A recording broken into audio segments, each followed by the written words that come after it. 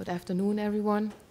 First of all, I want to thank Dr. Hager for inviting me to this conference and also for the organizers for having me, and it's certainly a special honor to talk on the 30th anniversary of the organization, and congratulations. So I'm certainly very happy to talk about Chiari and cognition. Actually, Dr. Hager was inviting that subject. I picked the subject and made it like as a question, fiction or reality. But I hope at the end of my talk, I can get to the point that cognitive function is a reality in Chiari, and we have to face it. And maybe we even have to go that far to implement cognitive function in our treatment decision-making and also our surgical indications. So my talk will be mainly telling us what's out there, but also how we can tackle this problem by a systematic or like scientific approach, and where we go from there. So all of us, and we are in this together, we hear it, we feel it, we observe it with Chiari, that people report that there's like, they feel like they're in a brain fog.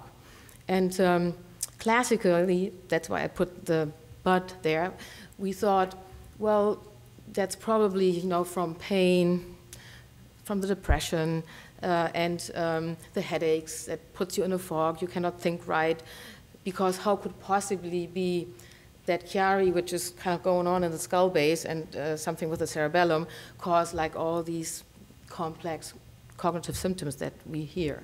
So it was all subsumed under the brain fog, and kind of since then had been belittled because no one really knows what a brain fog is, other than that you feel that you cannot think right. So, so little is known about that brain fog, its potential mechanism. Is it really significant? Is there something more to it? Or, as I said, or is it just a bystander because there is pain involved in the Chiari problem? So the question is, and that's what I try to tackle with my talk, is there a true role of the cerebellum being compressed and that causing real cognitive deficits in any of the domains that our cognition exists? Or is it even a problem of the CSF circulation problem? We know Chiari obstructs the flow of the CSF at the sustaina magna, at the base of the skull, and could that cause CSF dynamic problems, perturbances, that is also an element of cognitive decline, or is it both? I want to say that certainly the problem of cognition and spinal fluid circulation is a little bit more established when we look at literature that is published in hydrocephalus, one of the hallmarks of spinal fluid absorption problem. That it's known that there are problems of executive function, memory, short-term and long-term memory. So here it's probably like gives us a little bit of a, you know, like a route to approach it from that perspective. But you will see during my lecture that there's also a lot about the cerebellum and how that can orchestra cognitive function or malfunction. So since we're going to talk about a lot of cognitive stuff during that talk, let's take a minute and just look at how our cognition these days is looked at. So the cognition is separate into domains.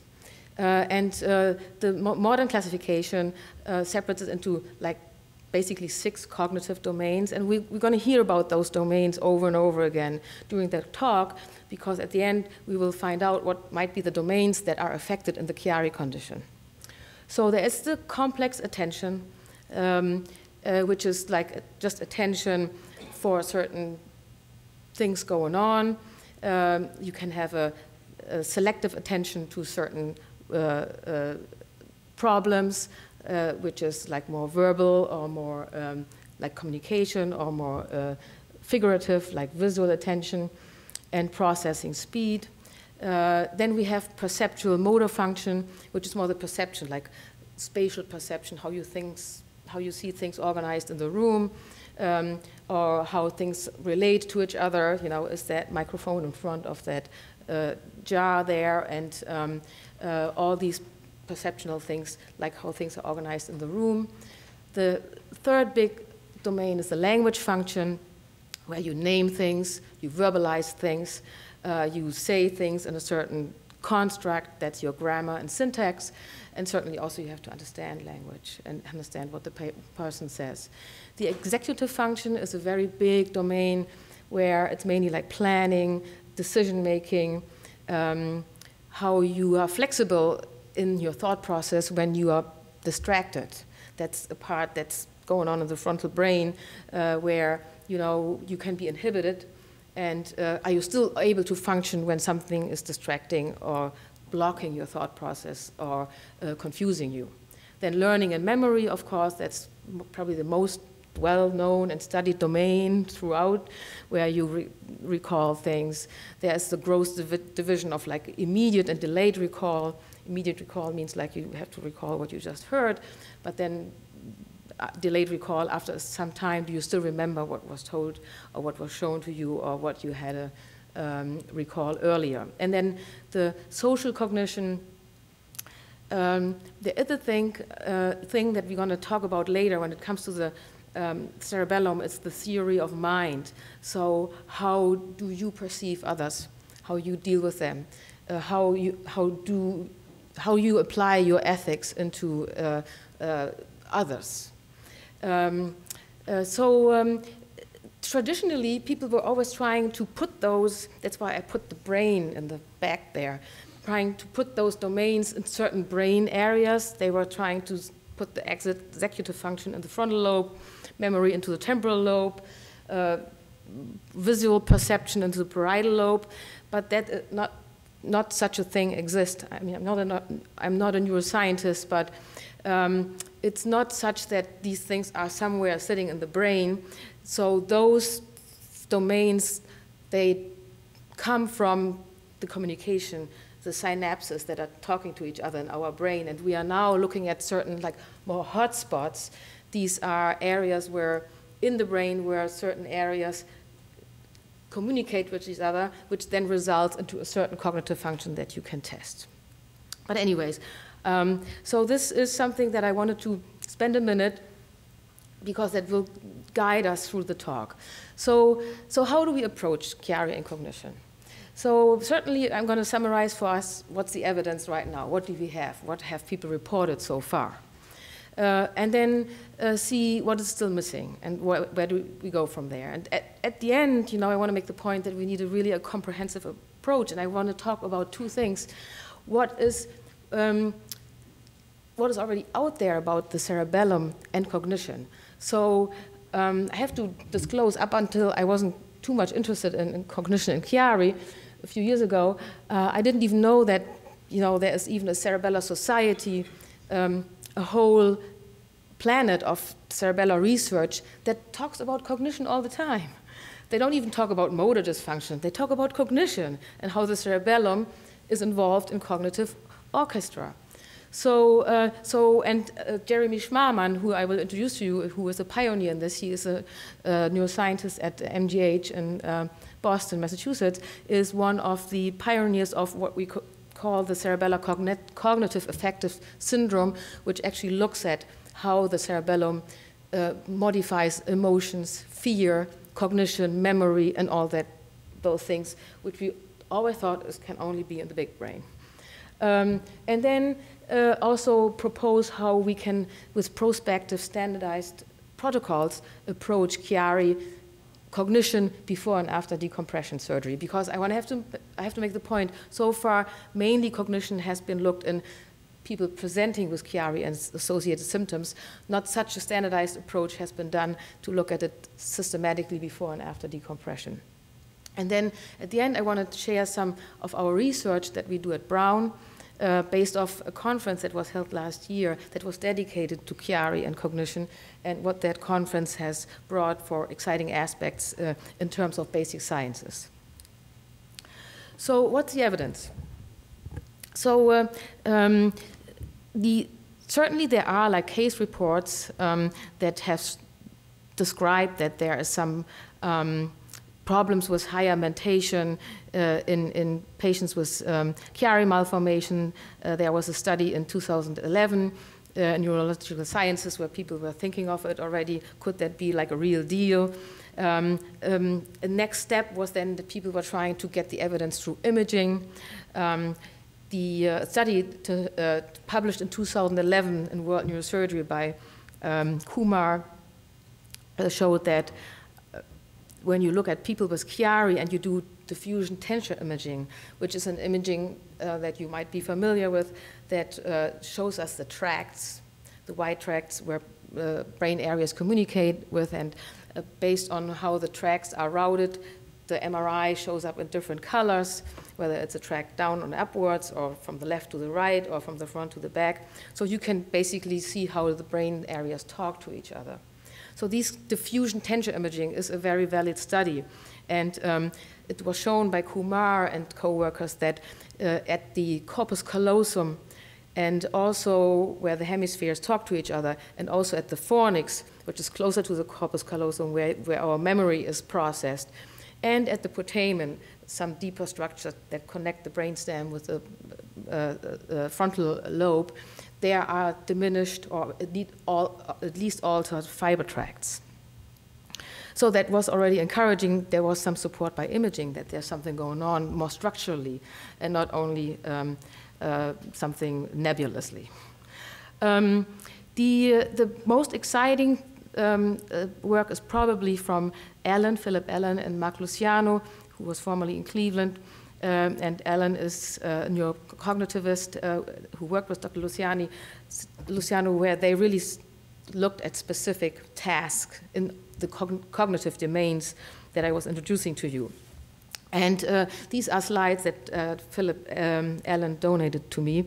And they looked at individuals and who, some of them had undergone Chiari decompression, most of them, and they applied a few tests, as you can see here, like the, hold on, how is this going? I think here, a memory test, and then an inhibition test. Remember, inhibition is when you get distracted, but you can still perform working memory, and then also some visual tasks, pretty much those things that I introduced to you at the beginning.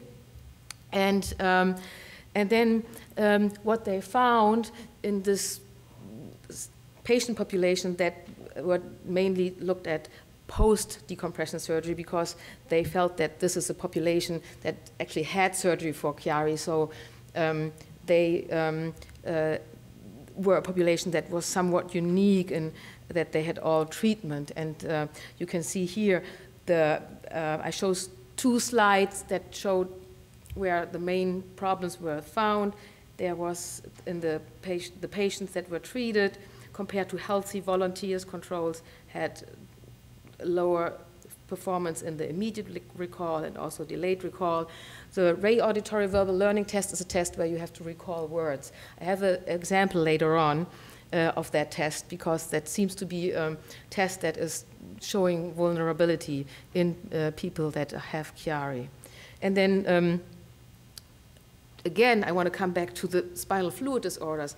That test that Allen has shown to be significant for people with Chiari has also been a test that has shown huge deficits in patients with hydrocephalus. And here I want to make the loop again back to that certainly we think of Chiari as a problem of spinal fluid circulation with the obstruction of the CSF flow as a skull base. So here we can actually go back to saying that it's interesting to see that those tests that are also relevant for people with hydrocephalus are also relevant for people with Chiari. Same thing with the other test that Allen and co-workers found to be relevant. This is a test that's called Stroop test, used a lot. So it's very tricky. You should probably, you know, I tried it once on myself and wasn't sure how well I performed with that. But what you basically have to do is you have to name those colors in the first round, and then in the second round, oops, sorry about that.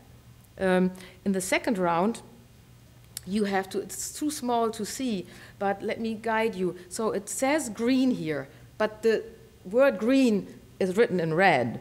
Okay, so they ask you to still name the color. So you have to say red, yellow, blue, green, but then you have to say green, but the green says yellow. So very distracting, and this is an inhibition test that is thought to result from frontal lobe function or dysfunction. And as you can see here, you get timed how fast you get through that panel. And the people with Chiari, again in the gray bars, they were like taking significant more time compared to the healthy controls, and that is throughout all the tasks. And again, same thing, and we actually published that in the European hydrocephalus trial in 2013. Again, that Stroop test has also been very relevant in patients with hydrocephalus. We could find that people with hydrocephalus performed very poorly in this test, and after shunt treatment, the improvement was there right away, even after a few weeks after shunting. So some connections that you can make here in terms of the relevance of the CSF circulatory disorder that we also observe in Chiari. So to end up with the first part of like where we are with our literature evidence, certainly Alan and his group didn't stop looking at cognition in Chiari, and they were doing more studies to control for pain, depression, and anxiety, and they found out that still, even if you control your cognitive testing for pain and anxiety and X that out or match that out, you still have deficits in the recall and specifically verbal learning, as you can see here, and also in the inhibition. And what Alan also found is what he felt that was specific to people with Chiari, that which might apply to other patients as well, but you try to certainly, in order to not commit that there might be a cognitive problem, you tried to overperform and compensate your pain level and compensate your depression. So there are some people that actually perform better than normal controls because you wanted to not commit to the problem you have. So you also have to control for your performance level and also your attention level.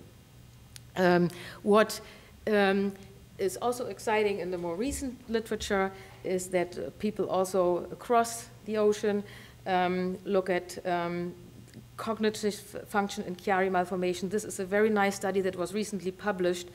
It made it into Cerebellum. That is an exciting connection by a group from Bilbao in Spain, and they had basically pretty much confirmed what Alan and Luciano in Cleveland found, that we do have a range of clear cognitive deficits in terms of language, visuospatial function, verbal fluency, executive function, processing speed, etc., and that it is, even if you correct for pain and depression, that is still a problem in Chiari patients compared to healthy control. So you cannot use depression, pain, and anxiety really as an excuse. These studies show that these are still valid problems in the Chiari condition, despite correcting for anxiety, depression, and attention level. Though, and as a matter of fact, which is true, a systematic review that was just this year published in Neuropsychological Review does show that overall, I'm just citing the last sentence here, there's currently insufficient evidence to describe a valid and reliable profile of cognitive impairment in Chiari malformation. Further research is required to confirm these preliminary psychometric results. Basically, the review was reviewing or concluding that studies are not standardized. They are not really done in a strategic way. And certainly, I'm also looking to Dr. Limbrick here, that this is certainly something that I think needs to be stated in a multi-center collaboration, if you agree. So anyway, but what I'd like to do here is, because I don't have a multi-center trial here at hand, that there is ways to look at that comprehensively, and that gets me to the cerebellar cognitive affective syndrome and also to the problem of cerebellar mutism. Let me go back a little bit and make the point that for pediatric neurosurgeons, that we are here a few in the room, it was always an observed phenomenon, and we always thought of the cerebellum not just being a motor organ. When we saw kids after surgery with cerebellar tumors and the cerebellar mutism, which is a problem of cognition, of expressive language, but also of control and emotions. It was more a cognitive problem in the cerebellum, less motor problem.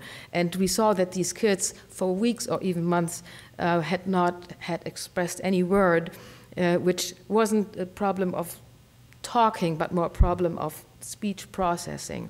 And that is something that was really never translated to other problems in the cerebellum. But the cerebellar mutism in cerebellar pediatric oncology has been a long drawn problem, still under debate, with not quite a clue what's happening here.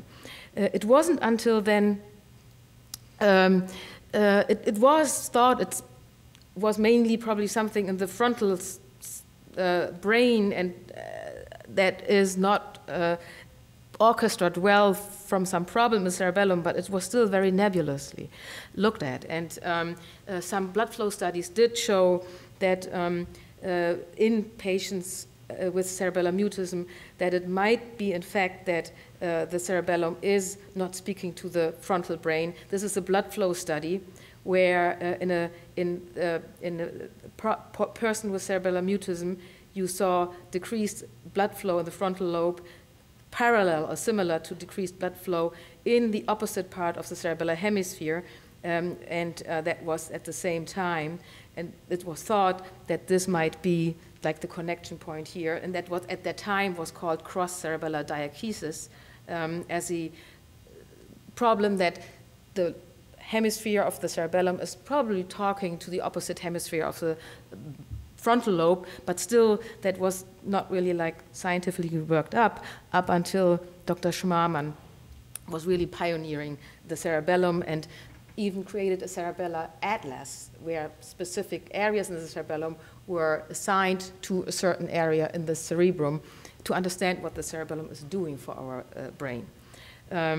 So the cerebellar cognitive affective syndrome was mainly described based on these domains.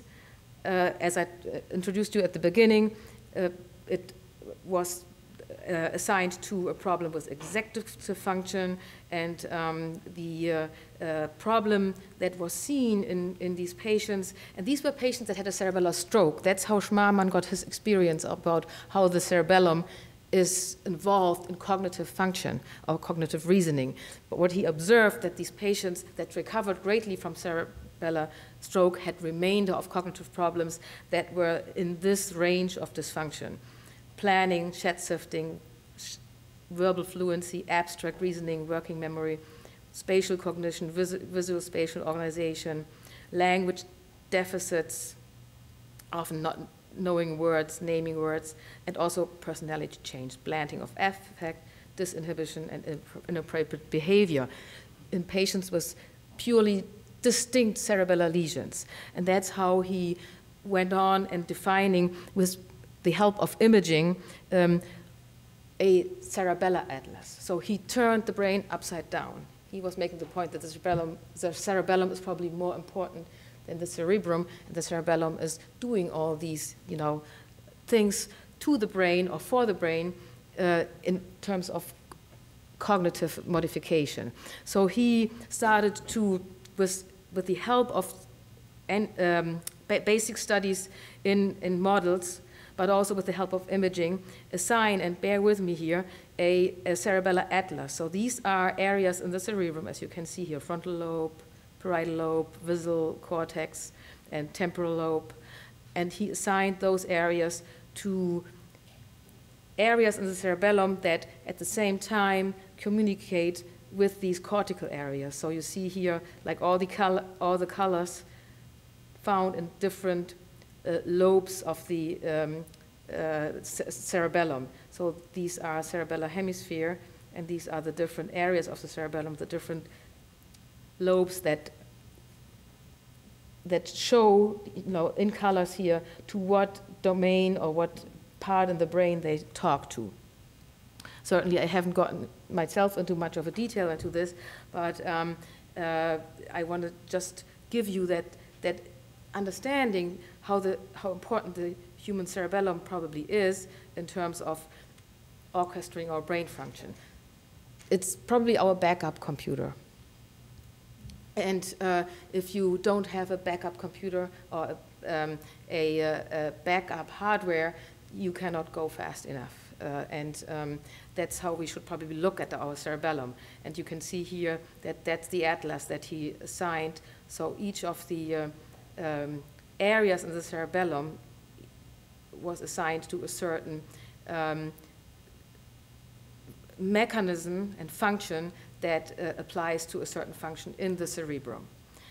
He made the point with his imaging studies that probably, and that is now getting us all excited about it, and he presented it at the conference as well, that probably in the cognitive affective syndrome that he described going on in people with the stroke, it's probably mainly parts of the cerebellum here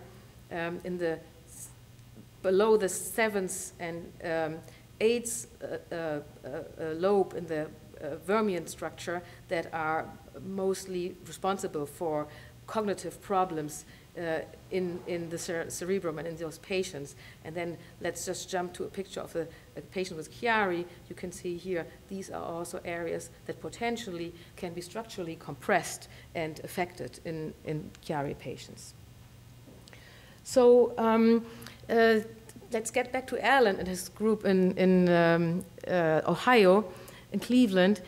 He then said, okay, well, let's get back to imaging and look at whether, in fact, we can see at Chiari that these areas that are potentially compressed in the Chiari disease are, in fact, connected to areas in the frontal brain or other areas in the brain that are associated with memory recall and also executive function and processing speed of thought and so on.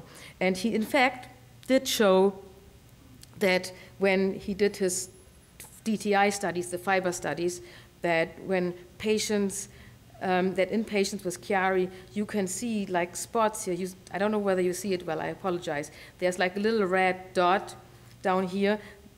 That is a dot in the lower hemisphere of the cerebellum, in the 7th, 8th, or 9th lobe, that is lightening up here and shows some altered connection to areas here in the frontal brain, but also around the corpus callosum, pretty much confirming what that earlier studies of Kumar has shown, where they found that in people with Chiari, there are some altered pathways or altered signals in the tracts around the corpus callosum and the fornix.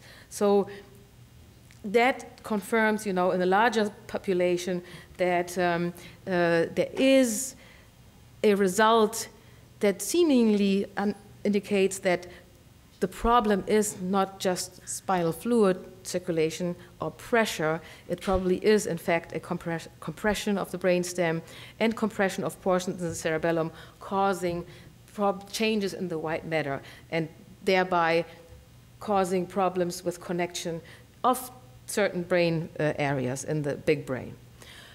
So that is certainly challenging, but also very encouraging that we have to go off of some structural problems here.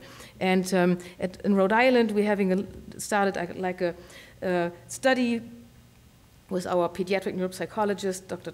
Christine Trask, where we look at pattern in these patients.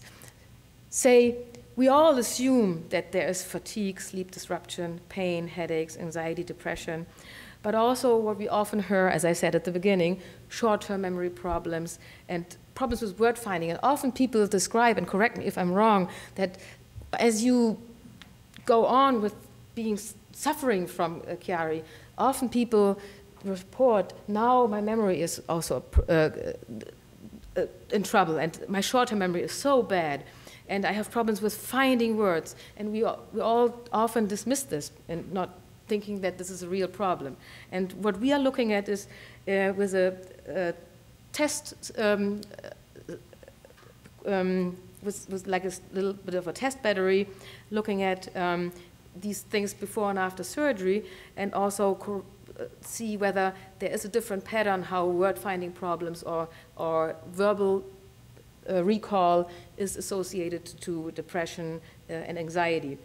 Just wanted to pick out that test. It's an expressive one-word picture vocabulary test, which is a very good test to measure word finding and verbal memory and fluency. So these is just two examples from our study. We just started the study, and I was all excited to show you our first workup here. That is a young lady with chronic headaches since childhood. She had like all these problems in her daily rhythm with falling asleep and staying asleep, and started napping during the day. A lot of anxiety, depression, of course. But when we looked at her cognitive profile, we saw that besides the low impairment in anxiety, depression, and pain scores, which means that she has great problems there, she also had problems with the memory. And here's the visual recall. This is a complex figure study where you have to visualize and memorize figures, and a big drop here in addition to this. Whereas the other cognitive domains are fairly well, they're 100%, like cognitive performance well. So that must be a distinct problem. If it was all just anxiety, depression, and pain, then you would assume that they will perform generally poorly, but they don't. And here another lady, she's a problem where word-finding problems are distinct in addition to low scores, no surprise, and anxiety, pain, and sleep impairment. But then you have another distinct problems in the word finding. That is the test where you have to memorize and recapitalize words. The other functions are not too bad. So there are vulnerable spots in cognitive function that we do observe in people with Chiari, and we cannot shy away from that. So certainly, there's one thing that you do, that you study people and you study persons, and you can certainly do a great deal of imaging to understand a little bit the mechanistics. But I do believe that basic research, meaning translational research, looking at models, can give us some idea about more mechanistic evidence that, yes, that might be a real thing that's happening, because you can repeat it, you can model it, you can study it in probably more of a detail. And here I want to just share some exciting things of our research that we are doing at Brown, and what also was presented at the conference. As I said, last year there was a whole day that was dedicated. Actually, that was the name already given to the conference. And what we did, so how the conference was organized, was we looked at, we were trying to put the clinical evidence next to the basic scientist evidence, so that it was a mix of talks that were like showing one thing that's happening in the person, and then what do basic scientists see in animal models that look at cerebellar function or spinal fluid function. And so we had a mix of the talk, and the highlights pretty much were that Dr. Schmarman came, and he was talking about reminding everyone of the importance of the cerebellum as I said, as our backup computer. If the cerebellum is not working right, our brain gets messed up, because the cerebellum has domains that is connected to certain domains in the brain. So even though the cerebellum is certainly histologically more homogeneous than the brain, because we have all these big Purkinje cells that are very large cells that are certainly very fairly homogeneous, but different, and there's not much variety in how the Purkinje cells look in the cerebellum. But each of the different areas of the cerebellum modulate different functional domains. So the cerebellum is the functional counterpart of the brain, and as I said, therefore probably a backup computer. And then he reminded us what the cerebellar cognitive syndrome is, and also reminded us that the cerebellum not only affects cognitive domains in the classic sense, but also is probably involved in also control of attention, emotional control. We all talk about like autism spectrum. Is that related to Chiari? There is a point, because the cerebellum also, if in people that have cerebellar lesions, have shown that there is a higher prevalence of autism spectrum, psychosis, and also social skill set. So the cerebellum certainly modifies our behavior, and if there is a disconnect in how the cerebellum orchestras the brain function, the brain gets disconnected, and schizophrenia, psychosis, and other emotional behavioral problems can occur. So there's a lot of out there, and then when we look at what basic scientists can help us understand how important the cerebellum is in modifying this, what I just said, there is a group in Louisiana State University. It's June Liu.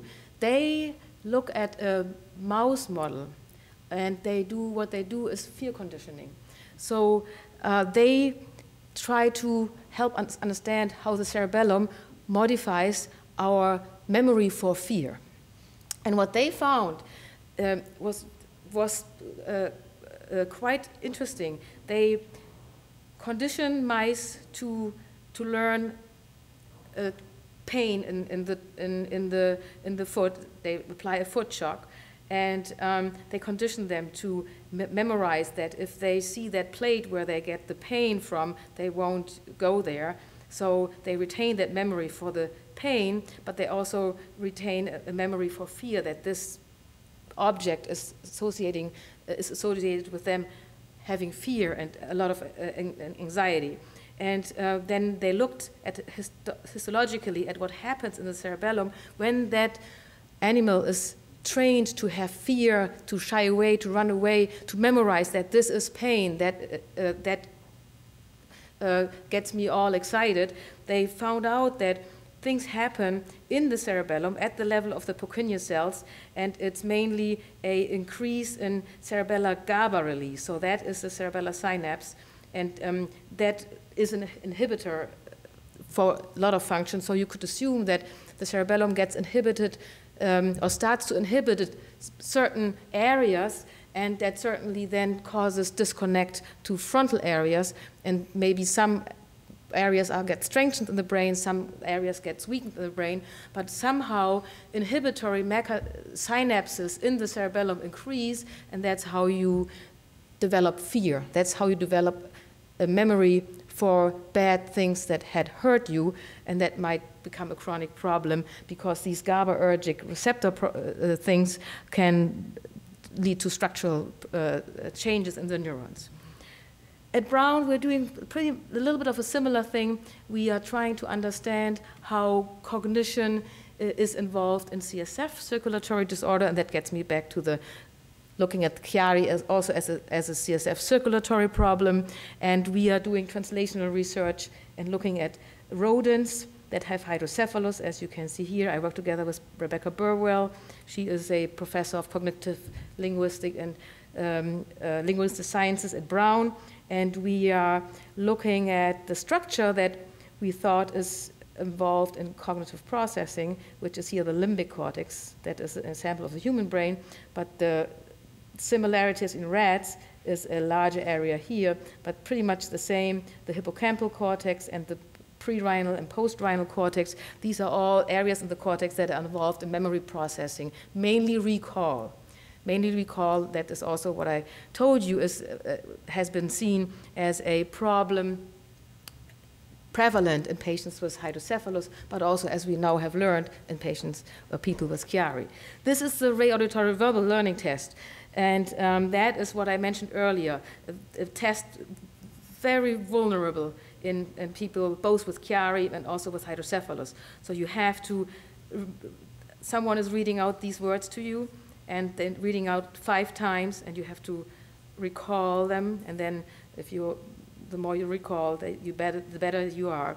Then you get distracted, you get another set of words, you have to recall those, and then you have to do something else for 30 minutes. You get yourself distracted, you come back to the examiner, and he's going to ask you again, what do you remember from that first row of words? That is the so-called delayed recall. So this is the test that is really important. So what can the basic scientist now help us to see how relevant the test is in the brain? So we need a verbal learning test for these rodents. So how is that going to go? So interestingly, rodents, rats, they love to look at new objects. They love to explore new objects. And so what the test does for that rat is, so you give it the rat two similar objects, and the rat is spending some time with that. And then you come back, and then you put a new object in there. What a normal behaving rat would do would spend more time with a novel object, just because rats like novelty, as any living creature likes novel things.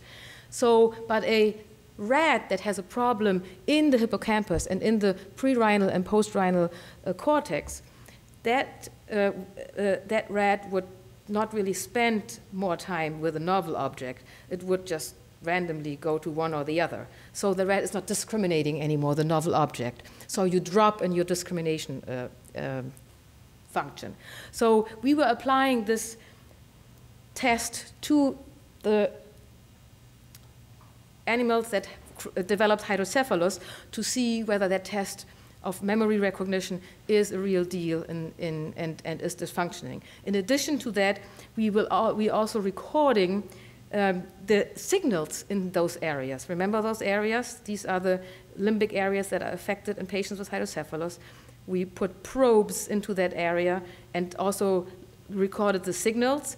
And if a rat is healthy, you should see what we call theta coherence. This is that the signals in all these structures, in the hippocampus, and the perirhinal cortex, the entorhinal cortex, they all go in, they all go in the same amplitudes and same waves, so they are coherent. So that's what should happening if you are well behaved in your memory and object recognition. But what we found out that in the animals that developed hydrocephalus, not only did they, as you can see here, drop over the weeks, the longer the hydrocephalus exists, not only did they drop in their discrimination area, so they weren't really looking at the novel objects anymore, whereas the healthy rats were.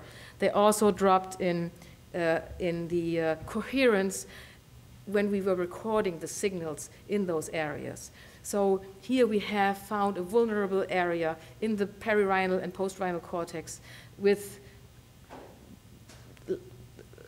impaired performance and object recognition. You see here hydrocephalus after 6 to 11 weeks. This is coherent amplitudes or electric activity in the hippocampus and perirhinal cortex, and that is all is dropping now the longer the hydrocephalus exists. So here we have a proof that in fact this is a vulnerable spot, that is a weak spot or a soft spot in the brain in this condition. So how do we translate that in the Chiari? And these are my last slides. So first of all, as I said, we'll flip the head around and we have to look at the cerebellum, no question. And look at it as a cognitive organ that orchestrates our brain. And that gets us back to, now we are back to the human, that gets us back to imaging. That's what we have. Certainly you could also argue that you could record signals in the cerebellum. There's actually a group in Ohio who does look at deep brain stimulation in certain cerebellar regions to treat schizophrenia, depression, or other anxiety disorders. They just have started. But anyways, imaging is still a mainstay of how we can look at the human brain. And there is also at Brown a group around Sean Leone that look at myelin development. So when we learn, we myelinize. And learning is myelination in our brain. And Mac Despot is an imaging modality where you can look at myelin fibers. And here he has a map where he looks at even at fetuses and measures the amount of myelin. And you can see here that the myelin certainly increases, and that what makes us mature, the functional connectivity of our brain, makes us think and allow our thought process to go well. And it would be a very valid study to look at, because Chiari is a developmental pathology and affects us during lifespan, to look at the myelination of the cerebellum and myelination of the brain and compare that at different ages in people, in volunteers and people with Chiari, to see why are we vulnerable at certain stages, and why are we having different symptoms, and what might be the vulnerable problem in a child versus an adult. And hopefully that studies can bring further light also into our concept of cognition. Because then I want to get back to the million-dollar question: would we ever do a Chiari decompression just for cognitive symptoms? Do we believe that a patient can develop dementia with a cerebellum not working fine? It's very provocative, and certainly my point is we cannot shy away from that. I sometimes have asked my patient Sarah if I can share her story. She declined mainly in school grades, and the mother was pushing for the surgery because she herself had a Chiari decompression years ago, and she was otherwise not having a lot of problems, with the exception of some reading problems, and teachers were concerned, and she got the Chiari decompression and is now much better performing in school. However, if you had shown this to a few other colleagues, it would certainly have been a very interesting, controversial discussion, and I do agree with that. So I want to thank you here. I hope I took not too much time, but you get me all excited talking about cognition here, and I'm open for questions. Thank you.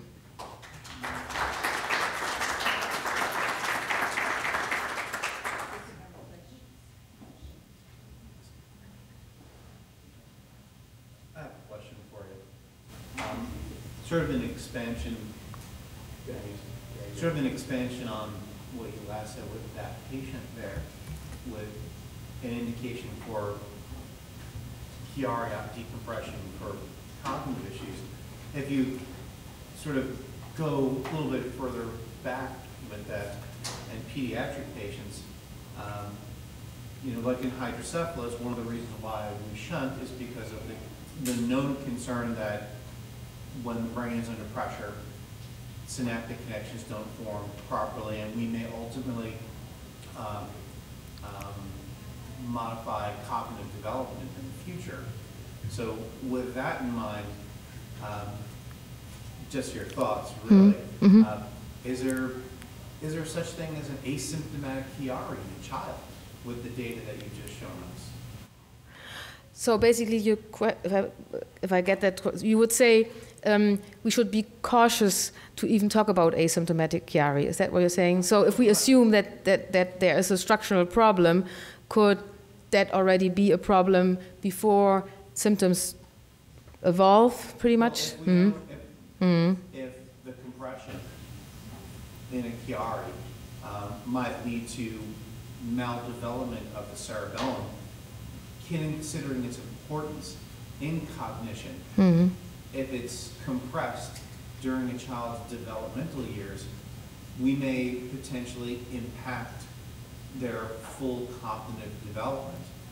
So I'm not asking, should we be decompressing every quote-unquote asymptomatic child, but rather, should we be looking into whether we can truly say that as long as they don't seem to be having complaints in front of us, that there's no long-term consequences just watching and monitoring.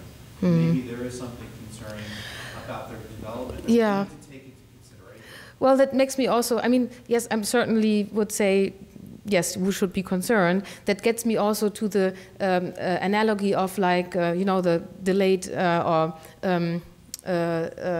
delayed cases that we see with craniosynostosis, right? The same thing. Is it not only cosmetic, is it also like something that we do for the development, and the jury is also still out there. But people thinking about this, and we do those cases, yes, that's why I'm saying, and we do those cases. We sit there and we say, I mean, at least I'm going to be upfront here, when we consult those parents with the children with the plastic surgeon, we say, well, it's cosmetic, you know, but we also think, and there's some literature out there, in those kids that have uncorrected craniosynostosis, and there are articles out there where you see, there was an article published a few years ago where the kids with uncorrected craniosynostosis, 11 years old or 7 years old, like in their declined in grades and performed significantly poorer than normal or other kids, like a normal population. So yes, here we can even take it from that. You know, there is evidence that if you are not symptomatic then, but you can decline later. So that is, I think, a good example to answer your question, if you agree. Yeah, I think we need to study it further. Yes. Oh yeah. Yes. So that's why maybe I wasn't making the point. Certainly, I do agree. So all has to be studied. The talk meant to say that we should study it. The one thing is I want to say is I think this myelin imaging is really interesting because we could, and here it comes to children versus adults, we could look at the myelination and compare this. They have a huge database of like already like healthy children, which, you know, if you take a patient with a certain condition, you can compare the myelination with the normal control subject that they already have in their database, and that would give us an idea of whether there's a discrepancy, and then with cognitive tests you can get some evidence of a problem there. So I'm kind of looking into that MAC despot a little bit. That might be a good way to study it, or one way to study it.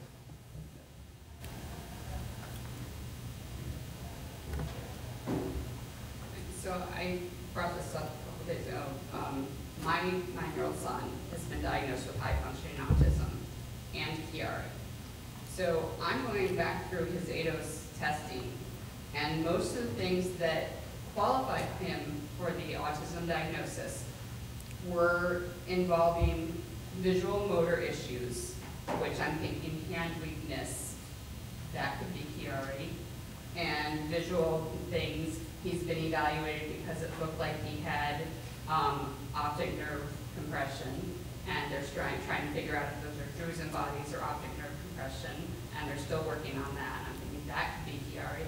And now you're talking about the meltdowns and the anger, and that you're saying could also possibly be related to Chiari. So I'm starting to wonder, does my son even actually have autism, or is this all possibly Chiari related?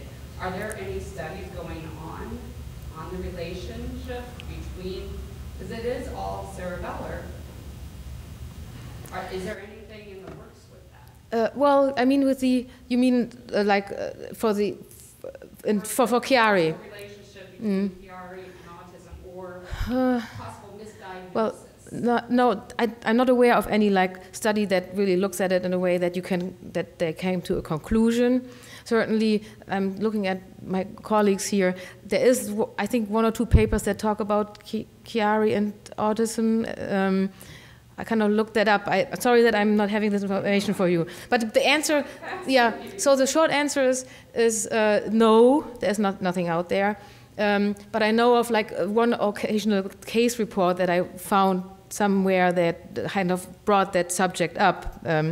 Just because we know that the cerebellum, from Schmarman, we know that the cerebellum as an organ that causes dysmetria of thoughts and causes, you know, like schizophrenia, is probably the organ where that stuff is happening. As a follow-up to that, then, would you also consider things like anger and meltdowns and some of those emotional dysregulation things as a symptom to be considered when deciding whether or not to do Chiari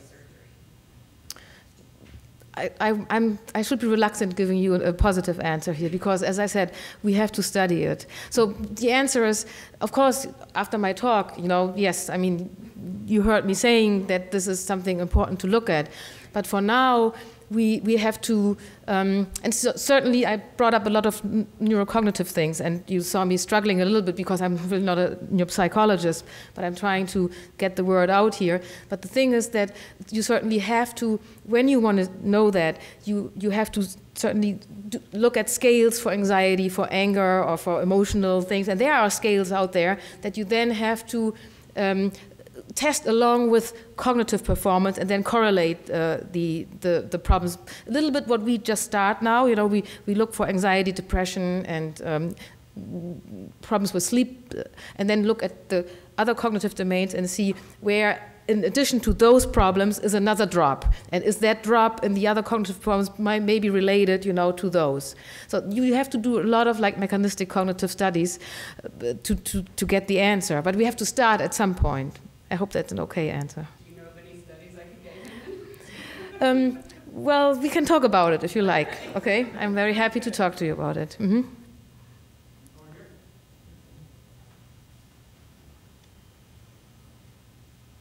I know Fraser Henderson was, I know a year or so ago, was talking about doing a study really looking at autism and young Chiari patients. I hadn't heard too much more about him. Sorry he's not at the conference.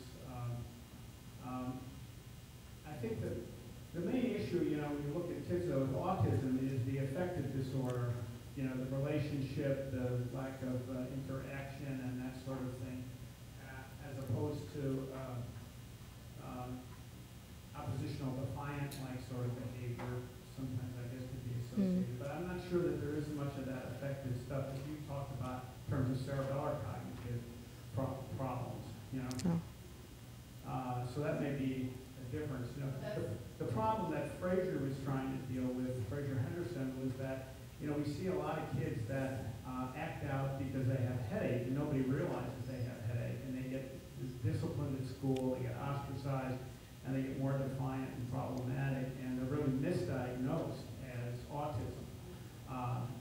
And that we've seen kids certainly improve after surgical treatment, and like that, their personality changes.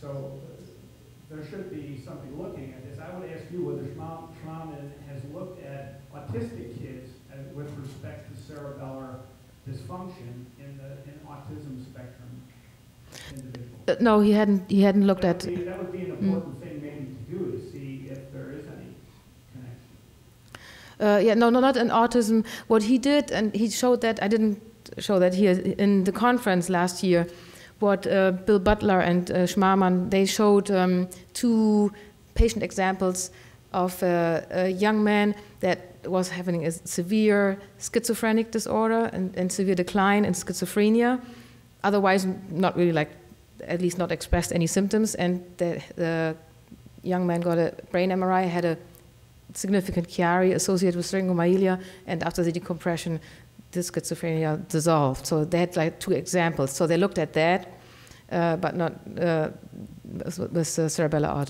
autism, not that I'm aware of.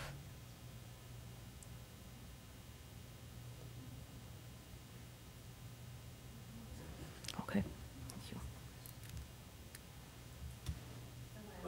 Yeah. I'm just curious. Do most neurosurgeons still cauterize the cerebellum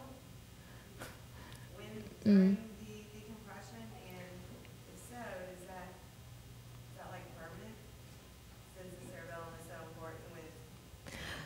Yeah, well, this is an interesting question, because when at the conclusion of the conference that we had last year, you know, someone said, okay, so now we're not going to cauterize the cerebellum anymore, because when you are telling me that, you know, in the lower part of the vermis and the lower hemispheric lobules, you know, basically where the tonsils are so important, we shouldn't be doing that. But this is really, it's a good question, but that is something, you know, that we have to certainly prospectively study. I cannot give the answer, but it's a valid question. Sure, I was just curious. Yeah. Both of my kids have been decompressed or whatever, and like she's the one that still has like the brain fog, and she was like compensating herself, like doing a ritual every morning or whatever, like getting up, getting dressed. And freshman year before she went to school. But anyway, I was just curious. And you, yeah.